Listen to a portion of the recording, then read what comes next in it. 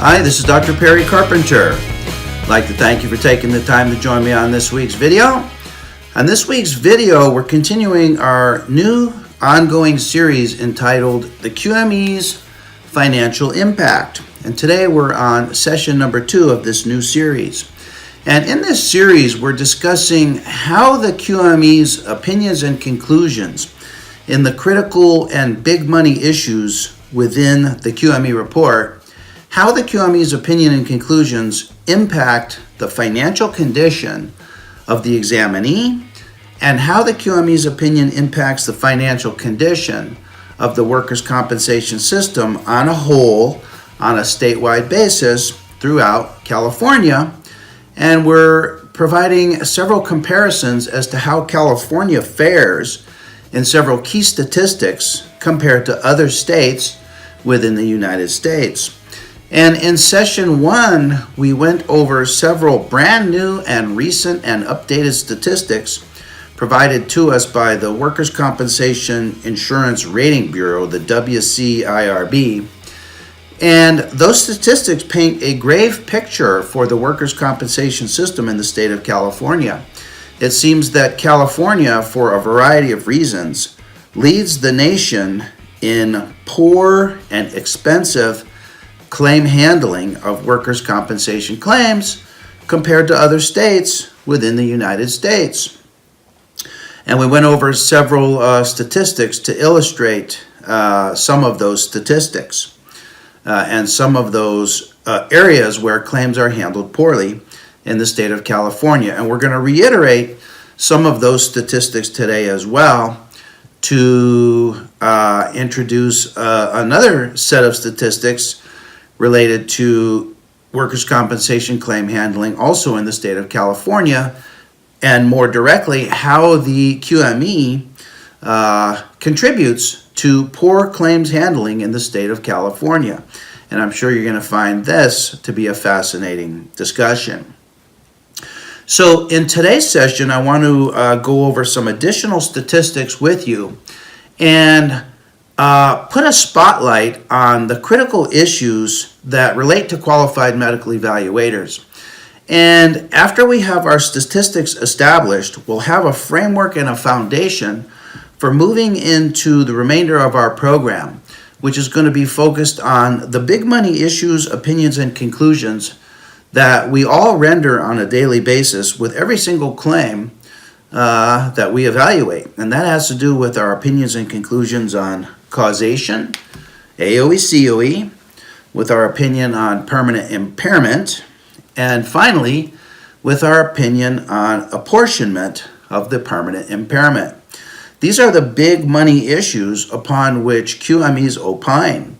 So QMEs have great control over the financial status and the financial condition of every claim. And it seems in California, claims are out of control. And that has to do largely, not completely, but largely, and I'm going to illustrate this in today's discussion, has to do largely with the opinions and conclusions of qualified medical evaluators.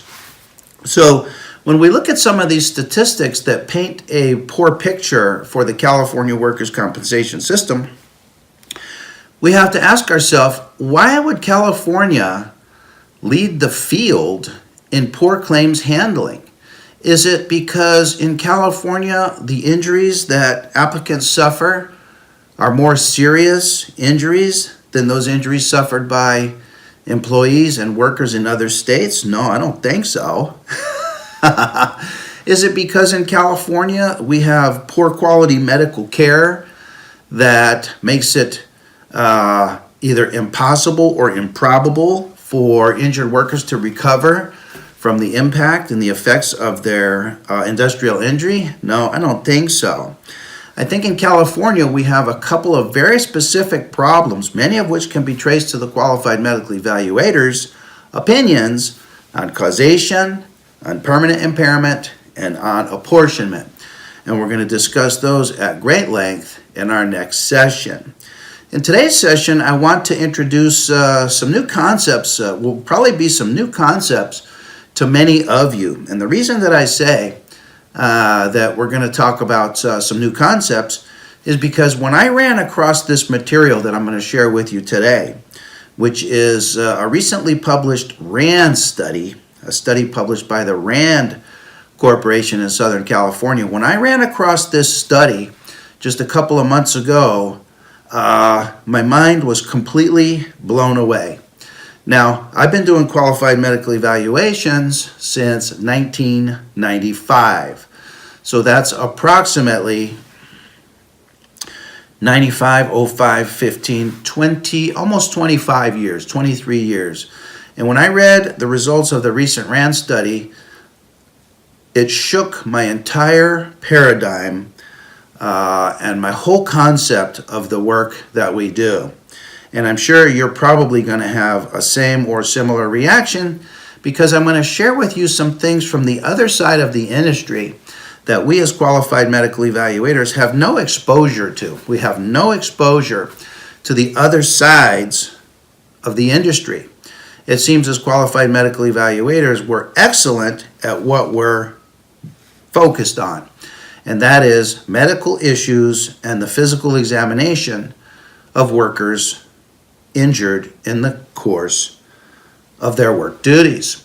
But the system also involves the courts, it involves the insurers, it involves the insurance companies, it involves employers, it involves applicant attorneys, it involves defense attorneys, it involves claims adjusters, and I find that as qualified medical evaluators, we can develop tunnel vision around what it is that we do, but we have no knowledge about the duties and the activities of the other players involved in this huge system in the state of California. And I'm going to share with you some statistics today that you've probably never ever heard before, but that I'm convinced will certainly blow your mind and will impact every single evaluation that you do from here forward. So today's material involves the RAND study, and I've included a link for the RAND study in today's blog. So I want you to go ahead and retrieve those materials so that we're both on the same page and so that we can speak intelligibly about today's material. So I'll give you a minute to go ahead and assemble today's materials, and I look forward to being back with you here in just a moment as we continue our ongoing series entitled The QME's Financial Impact. And today we're finishing up our discussion of statistics on the California workers' compensation system. So I'll be back with you here in just a very few moments.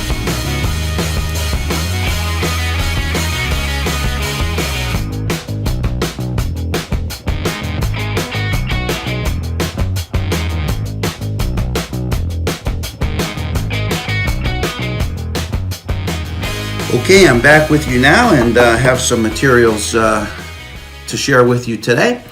I hope you've taken a moment to access today's RAND study so that we're both on the same page and so that you can lay your own eyeballs on these statistics as we go over each of them individually. So in our last session, we talked about this recent study published by the Workers' Compensation Insurance Rating Bureau, and we'll touch a little bit more on that report in today's discussion. And then we're going to get into the topic of today's material, and it has to do with a recently published study from the RAND Corporation, which is entitled Provider Fraud in California Workers' Compensation. Can you see that? Provider fraud in California workers' compensation. Now, as qualified medical evaluators, we don't often or frequently have reason to think about fraud in the workers' compensation system, although we probably all suspect that somewhere fraud exists in many areas of the workers' compensation system. Well, indeed that's true, and this report from the RAND Corporation is specifically about provider fraud. It's not about qualified medical evaluator fraud. It's about fraud related to medical providers who render treatment services to injured workers in the state of California. And within this report, there's several chapters within this report One of the chapters, chapter 4, is going to be the topic of today's discussion. And chapter 4 is entitled Prevention. In other words, how can we prevent provider fraud in the California workers' compensation system? It's entitled Prevention. Well, one of the ways to prevent provider fraud, according to the RAND Corporation, is to bring post-employment claims back into the system. It's entitled Prevention, bringing post-employment claims back into the system. So today we're going to talk about post-employment claims and what the RAND Corporation has to say about fraud related to the post-employment claim. But before we get into that material, I want to just refresh our memories about what we learned from the Workers' Compensation Institute Rating Bureau study that we discussed from our last session. So let me just read a couple of the key statistics from that report to set the stage for what we're going to discuss related to the RAND report. Okay? So according to the Workers' Compensation Insurance Rating Bureau, California is in rough shape. They tell us that California continues to have the highest premium rates. These are the rates that employers pay to provide workers' compensation insurance for their employees. So California continues to have the highest rates in the country. Of all 50 states, California ranks the highest. So what would you say? They rank the highest or the lowest? The best or the worst? They rate the lowest, or they rate the lowest, the poorest. They have the highest rates, the highest cost to provide coverage per employee of all states in the nation. Now, much of this high premium rate, the WCIRB tells us, is due to the high frequency of permanent disability claims in California. We're going to talk about that in its own session. And number two, the high medical costs per claim.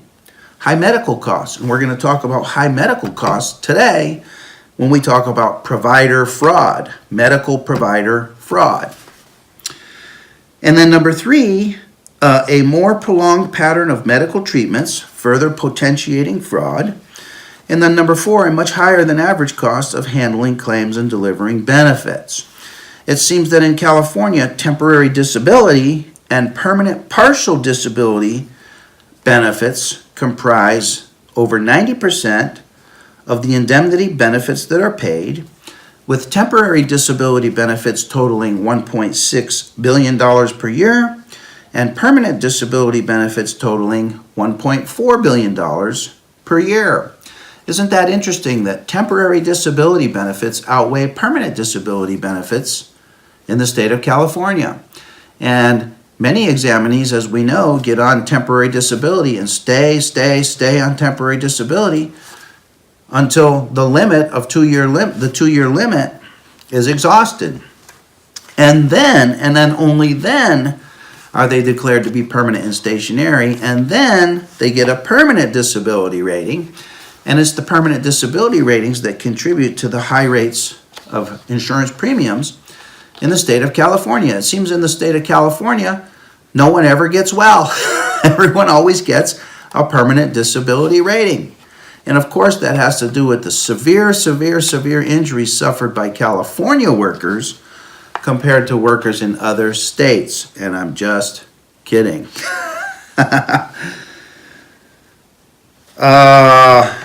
So that's California. Let's continue with some California statistics. Almost 1/5 of indemnity claims in California, in 2015 that is, involve cumulative trauma injury, more than doubling from 2007. So as you know, you've experienced this yourself, more and more claims are being filed as cumulative trauma claims compared to specific injury claims. And the cumulative trauma claims have doubled in less than a decade here in California. California has by far the highest permanent partial disability claim frequency in the country. So if you're an injured worker and you get injured in Ohio, or you get injured in Illinois, or you get injured in Arkansas, you have a lowered chance of receiving a permanent disability rating in those states. But California leads the country in permanent partial disability claims. It seems in California, and this relates directly to the work that we do as qualified medical evaluators, no one receives a 0% permanent impairment rating in California. Every single injured worker, it seems, receives a permanent disability rating in California. And that's something that directly relates to the work that we do. And we're going to have an entire session on accurate permanent impairment ratings. That's coming up in 3 sessions from now. California has by far the longest duration of medical payments of all states, which is largely driven by, number one, the duration of time it takes to report claims. In California has the slowest pattern of indemnity claim reporting at 12 months, with the proportion of unreported claims more than twice the comparison state median. So the reason for that is because of the high percentage of cumulative trauma claims. In California, with cumulative trauma claims, the claim can be reported almost at any time after the date of injury or after the date of last employment.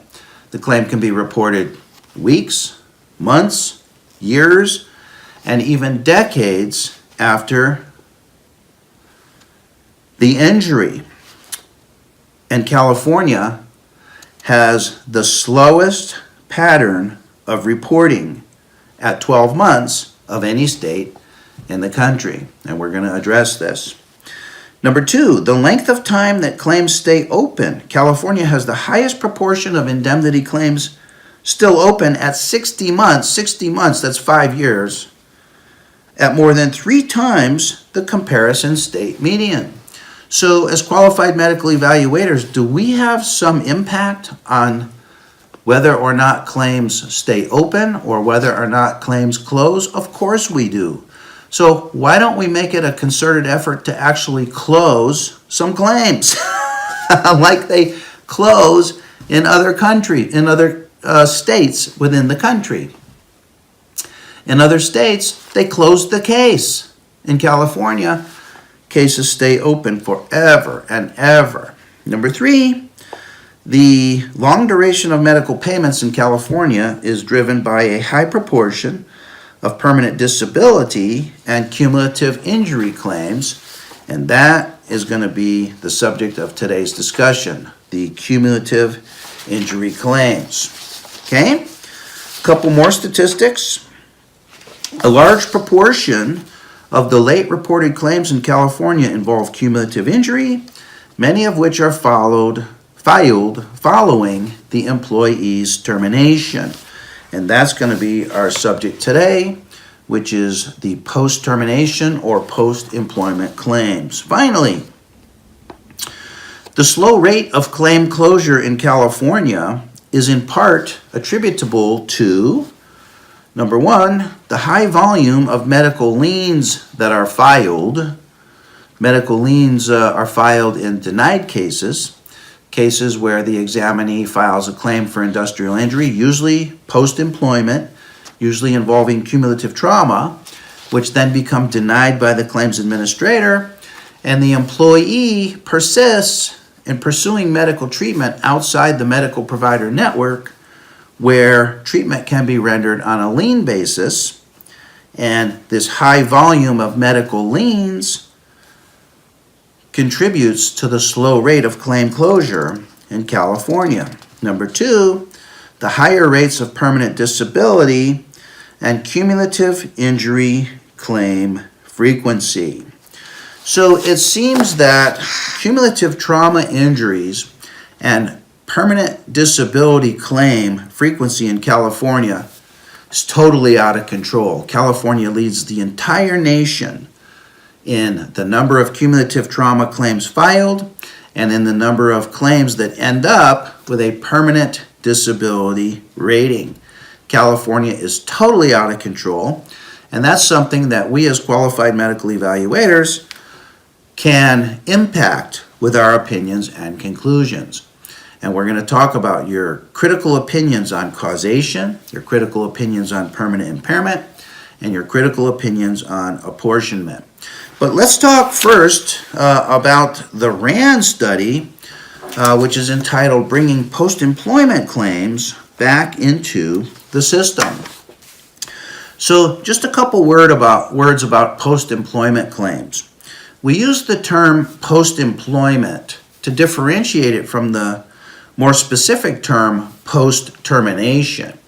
There are references in the Labor Code 3600, related to post-termination claims. And the term post-termination refers to a separation from employment where the separation was initiated by the employer. So if the examinee was laid off, if the examinee was fired, those are separations that are initiated by the employer. But the term post-employment refers to a separation from employment without reference to who initiated the separation. So a post-employment claim could involve the employee initiating the separation through simply retiring, or the employee could initiate the separation simply through quitting the job. So the term post-employment is a more generalized term that refers to a separation of employment, but it does not make reference to who initiated the separation. Who initiated the separation could become relevant under Labor Code 3600. So we use the term post-employment simply in a general sense without reference to who initiated the separation.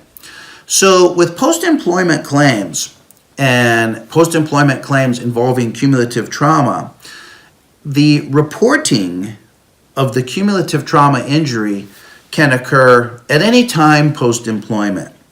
So we have, in this case, an employee who separates from the employer, and at some point later, days, weeks, months, years, decades, comes back to the employer to report that while they were in the employment of the former employer, they suffered a period of cumulative trauma that they just now are realizing was caused while they were with the former employer.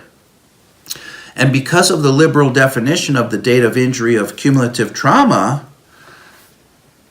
a claim for post-employment cumulative trauma can literally come decades after the separation of employment. And this creates an opportunity for many fraudulent claims to be filed, because the claim most generally becomes accepted and becomes very difficult to disprove cumulative trauma injury in a post-employment claim situation. But the RAND Corporation has done several studies on the post-employment claim, and I want to share with you some of their suspicions related to fraud in these particular cases. Now, this is important for you as a qualified medical evaluator to become aware of, because you're seeing cumulative trauma claims with increasing frequency, and you're seeing post-employment claims with increasing frequency, and you're seeing post-employment cumulative trauma claims with increasing frequency. Probably 50% of the examinees that you're evaluating involve this exact scenario, because it's a runaway freight train that's happening. You need to be aware of that situation when you go into the evaluation with your examinee.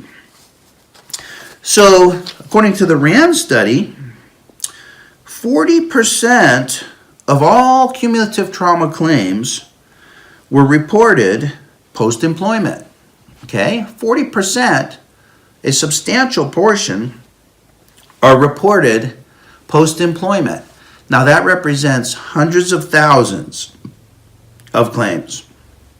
Not thousands, hundreds of thousands of claims.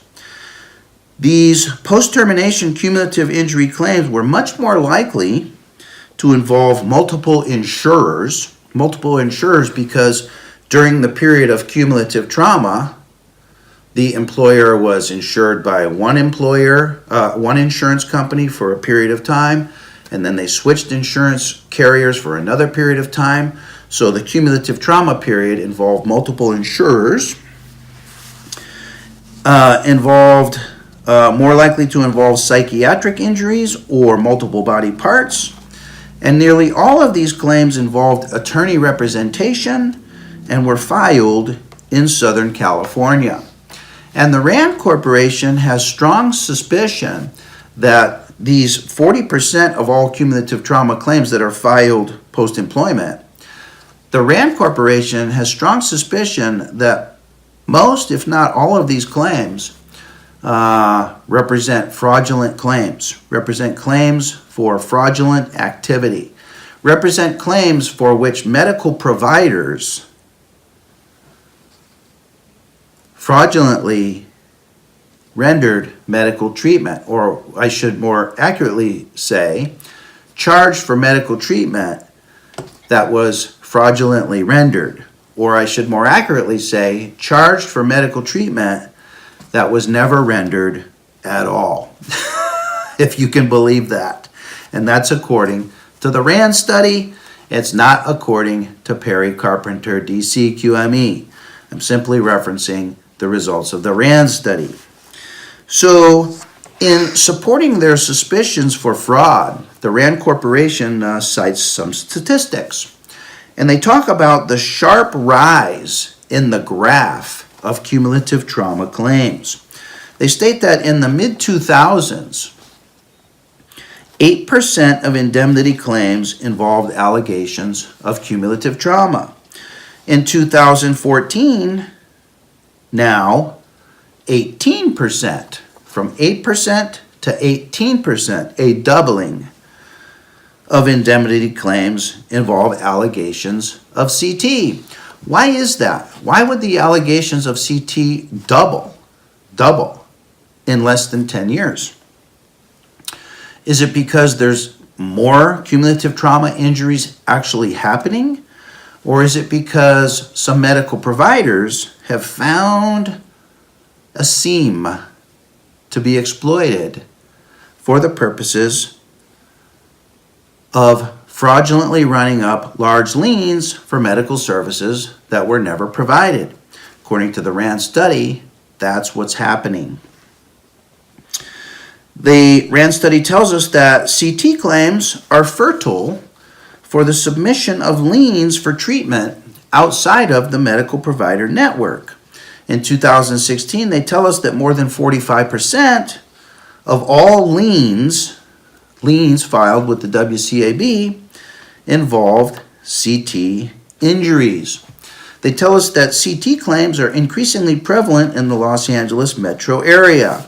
In the early 2000s, CT claims in Los Angeles and San Francisco were roughly the same, but in 2014, in Los Angeles, cumulative trauma claims in Los Angeles were more than double the cumulative trauma claims of San Francisco and all other regions combined.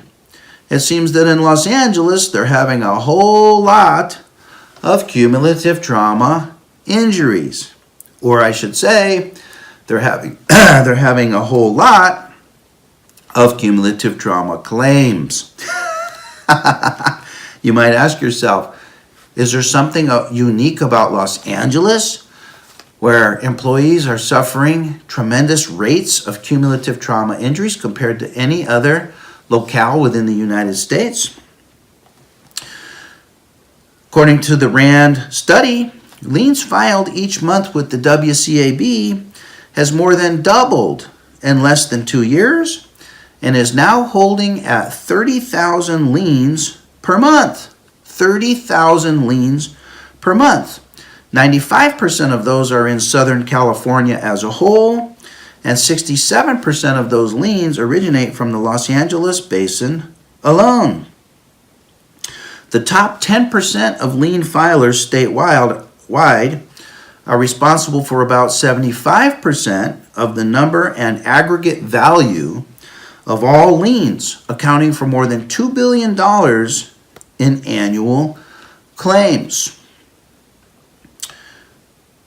Now, let's think about this. The top 10% of lien filers, which could represent how many medical providers? How many could that be? The top 10%. Is it 100 providers? Is it 200 providers? Is it 50 providers? The top 10% of providers are accounting for over $2 billion of billed medical services annually, for which 30,000 liens per month are filed. 30,000 liens per month are filed. Now, 30,000 liens per month is not a trickle. It's not what we would call a steady flow. It's not what we would call a brisk current. 30,000 liens per month is what we would call a pipeline. There is a huge flow of liens being filed monthly for examinees who are filing claims for cumulative trauma on a post-employment basis. 30,000 per month to the tune of $2 billion in annual claims from 10% of the top lien filers. These numbers are huge. And I want you to just think about 30,000 claims per month. Where is this huge number of claimants coming from? This is a pipeline. This is not a background trickle. This is not a strong referral word of mouth basis. This is a pipeline.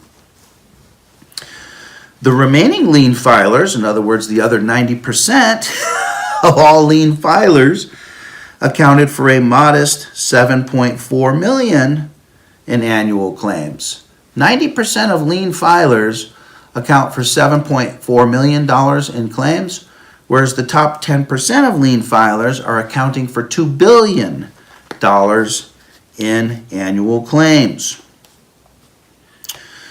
Now, let's talk about some statistics related to lien values. It seems that lien values vary greatly depending upon the region of California that we're discussing. So, for example, in Alameda, medical liens are 8% higher in denied cases versus accepted cases. So, in denied versus accepted cases, the lien values are roughly the same, with an 8% slightly higher cost of liens in Alameda comparing denied cases to accepted cases. In San Francisco, however, medical treatment liens are 25% higher in denied cases versus accepted cases. In Sacramento, medical treatment liens are 28% higher in denied versus accepted cases. But in Los Angeles, Orange, and San Diego counties, medical treatment liens are greater than 200% higher in denied versus accepted cases. So it seems that in Los Angeles, Orange, and San Diego counties, there's a totally different environment, a totally different world happening. In these counties, denied cases quickly run up huge liens that have greater than twice the value in denied cases compared to accepted cases. It seems that in Los Angeles, Orange, and San Diego counties, there's a system in place to capture the value found in post-employment cumulative trauma claims. Well, how do these liens settle out? It seems that the whole philosophy of running up large liens has to do with settling those liens for some fraction of the value that's asserted for those liens. Well, in Alameda, liens average about $8,500 on average, and they settle for somewhere between $2,800 and $4,250. So somewhere between 33 and 50% the liens settle for. 33 to 50%. In Sacramento, liens average $4,200 on average and settle for $1,300 to $2,100. San Francisco, we're going to see the liens starting to escalate a little bit to $6,700 on average. They settle for $2,200 to $3,300. But when we go into Southern California, we see that the liens now average a whopping $16,700, but they still settle for a low rate of approximately $3,300. So in San Diego County, we're seeing that the liens are basically about double what we see in Alameda, San Francisco, and Sacramento, but they're still settling for a small fraction, around $3,300. So that's roughly 1/5, about 20%. They're settling for about 20% of the asserted value in San Diego. In Orange County, we see that the liens continue to escalate. There in Orange County, they average $32,000 and still settle for about $4,500. That's about 1/8, so that's about 12%. We're seeing liens, higher and higher value liens, settling for a lower and lower percentage. In Los Angeles, the liens average a whopping $45,000, but are settling for only $4,500, which is roughly 10 cents on the dollar. So 90% of the value of the medical services are written off in Los Angeles, and providers continue to see examinees, in this case those are patients, continue to provide medical treatment services to injured worker patients, and continue to write off approximately 90% of the value of the lien. And these statistics have led the RAND Corporation to strongly suspect for provider fraud, especially in Southern California, as relates to cumulative trauma post-employment claims. And I want to read to you exact quotes from the RAND Corporation that summarize their position on these post-employment claims. And this is something that's important for us as qualified medical evaluators to know in our very next case that involves, number one, cumulative trauma, and number two, a post-employment claim involving cumulative trauma. So the RAND Corporation quotes, and they say, one would assume that healthcare providers continually facing losing about 90% of the asserted value of their services by offering to front the costs of care for their patients would cease their laudable generosity at some point, but the flow of liens seems to continue unabated. In other words, if you're losing 90% of the value of every single case, can you continue to operate profitably? Could you continue your business by collecting 10% of the value of your services? Could you continue to operate profitably? It seems in Southern California they're able to continue to operate profitably by collecting only 10% of the value of their asserted lien, of the asserted value of their lien. They say that these facts give rise to the suspicion that the high dollar liens that certain providers in certain regions generate might not accurately reflect services actually rendered. And were filed primarily for the purpose of forcing the insurer to settle for what appears to be mere nuisance value, but instead could be a significant source of profit. What do you think of that? According to the RAND study, the high dollars of medical services charged for on a lean basis might reflect services that were never actually rendered in the first place. And doesn't that make sense? How could a provider continue to operate profitably by collecting services, 10% of the services for services actually rendered? That would be difficult, wouldn't it? To lose 90% of services actually rendered?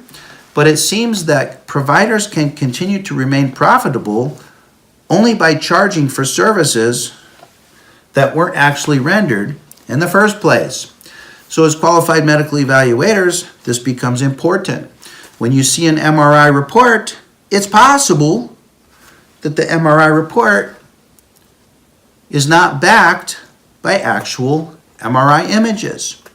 When you see physical therapy notes and reports, it's possible that those services were never rendered in the first place. When you see medical records for chiropractic services, for injection services, for medication refills, it's possible, according to the RAND study, that those services were never actually rendered.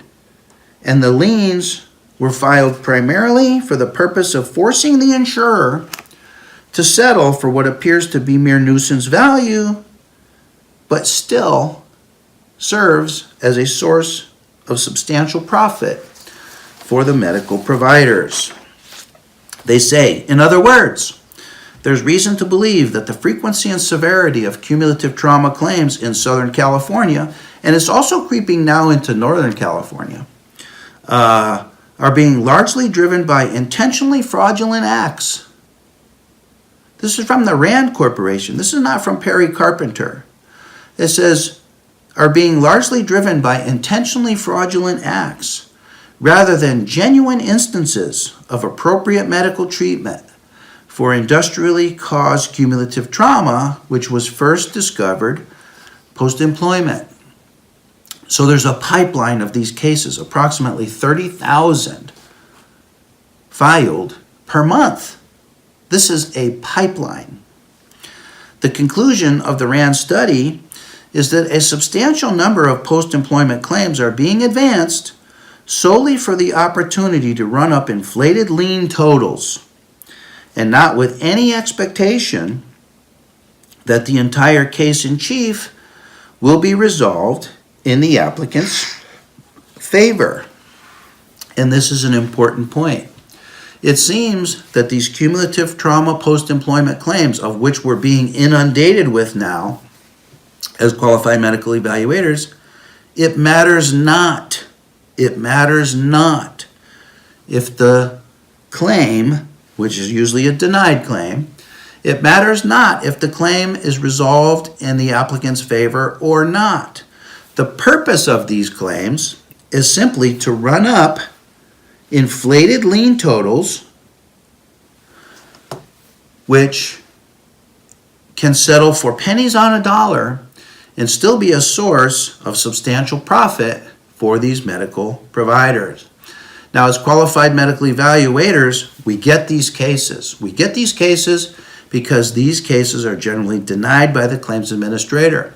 And when the claims administrator denies the case, we get the case under Labor Code 4060 for the compensability evaluation. And it's at this point in time that the qualified medical evaluator makes his opinion either for industrial injury or against industrial injury. Yes, AOE COE, or no, AOE COE, but it seems that the QME's opinion in these cases, in some cases, matters not, because the claims are simply settled for nuisance value, and even though providers take a substantial cut, up to 90% in Southern California, it still serves as a source of substantial profit for these medical providers. So doctors, what do you think of that? What do you think of your last 10 cases now that involved, many of them involved cumulative trauma claims, some of which were filed post-employment? Can you see now, according to the RAND study, that this is a source of significant case volume that we are getting as qualified medical evaluators? This makes up a large portion of the cases that we see. Large portion of the cases that we see are denied cases that involve cumulative trauma allegations, and are denied cases that involve cumulative trauma filed post-employment. It's important for you to recognize these cases when they come in so that you recognize the case for what it is. There's a good chance that this is a case that's being advanced simply for the purpose of running up liens. It's not it being advanced for the noble purpose of providing genuine medical treatment to a sincerely injured employee. They're being advanced, these cases, to the tune of $30,000 per month solely for the purpose of running up inflated liens that can then be settled for significant profit for the medical providers. And it seems that this is a problem that's a runaway freight train that has no resolution in sight. But for our purposes, it's important to recognize these cases for what they are and to recognize them when they present to us for a qualified medical evaluation. Now, in our next session, we're going to talk about the AOE-COE determination and how the AOE-COE determination fits into these statistics in the state of California. After that, we're going to talk about accurate permanent impairment ratings, and we're going to talk about what you can do as a qualified medical evaluator to bring a case to conclusion, and to bring a case to conclusion with an accurate permanent impairment rating. It seems that in California, every single case concludes with the examinee receiving a permanent impairment rating, which tells us that every single examinee is failing to recover to pre-injury condition. And we know that that's just not true, that that's just an exaggerated picture of what's actually happening. And then finally, we're going to talk about apportionment and how your opinions on apportionment impact the financial condition of the examinee and how it impacts the financial condition of the workers' compensation system as a whole in the state of California. So doctors, these are some topics that we don't often get exposure to.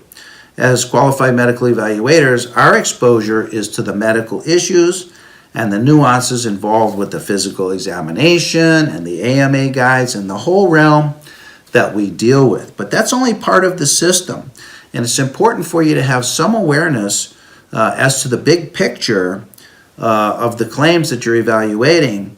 And that's the purpose of this entire program. So doctors, hope this helps you. I want to thank you for taking the time to join me on today's session.